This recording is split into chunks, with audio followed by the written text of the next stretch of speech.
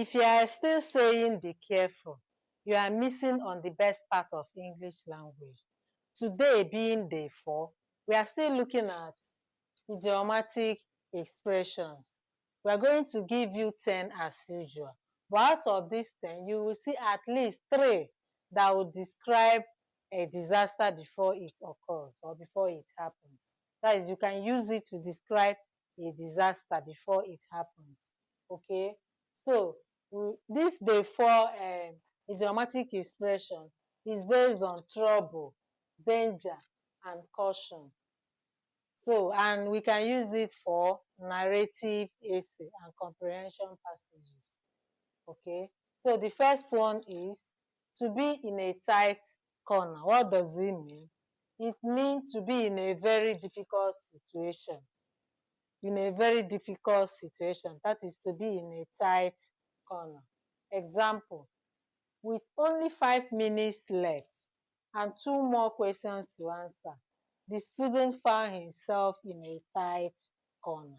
That is a very difficult situation. He still have a lot of questions to answer under 2 minutes.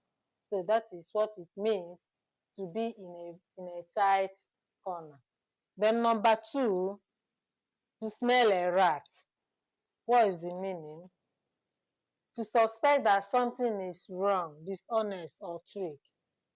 Example, when the stranger offered to give me the exam answers for free, I began to smell a rat. That means I began to suspect that something dishonest or trickish is happening. Okay, number 3, to jump out of frying pan into the fire.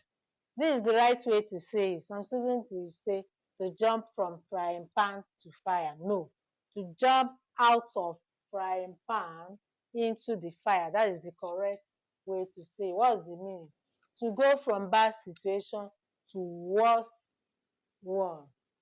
To go from bad situation to worse situation, or the worst one. Then let's use it in sentence. He jumped out of frying pan into the fire when he left a street school to a military academy. That is jumping out of the frying pan into the fire. You think you are leaving a street school because they are strict, and you now move to a military academy. That means you have jumped out of the frying pan into the fire. Then number 4 is to be on thin ice. To be on thin ice. What's the meaning? To be in a risky or dangerous situation where one mistake could cause trouble. To be on thin ice.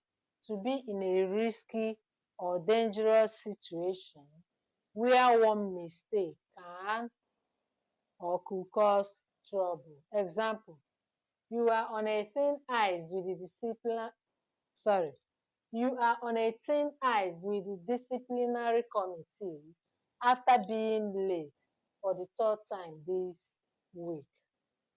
The 5th one is to play with fire. To play with fire. This is a popular idiom. What's the meaning? To take foolish risks that are likely to lead to trouble. Example, bringing a programmable calculator into a WAEC hall is simply playing with fire. Then the 6th one, a bone of contention. The meaning, a subject or issue that causes people to argue. A bone of contention. What is the bone of the contention? That is the issue that is causing trouble. Okay, now, or causing argument. Example, the use of mobile phone in the hostel remains a bone of contention between the students and the management. Remember, a bone of contention, a subject or issue that causes quarrel or argument.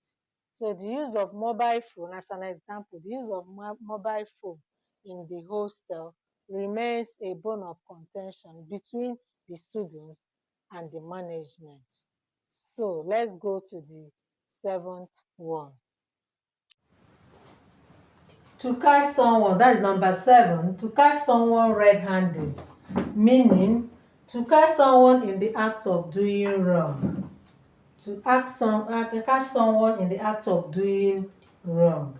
Example: the prefect was caught red-handed eating the junior students' food in the pantry. Number 8.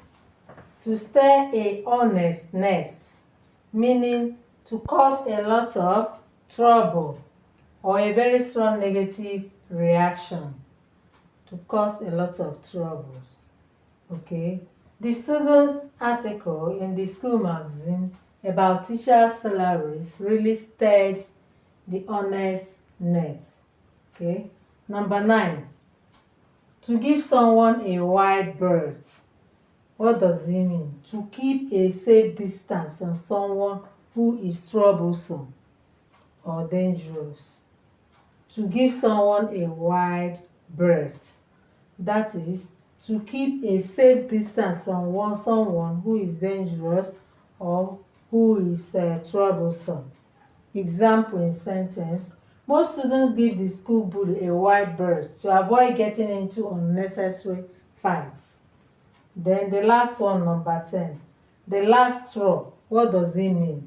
It means the final problem in series of problems that makes a situation unbearable. Example: he had many warnings, but stealing the library book was the last straw that led to his expulsion.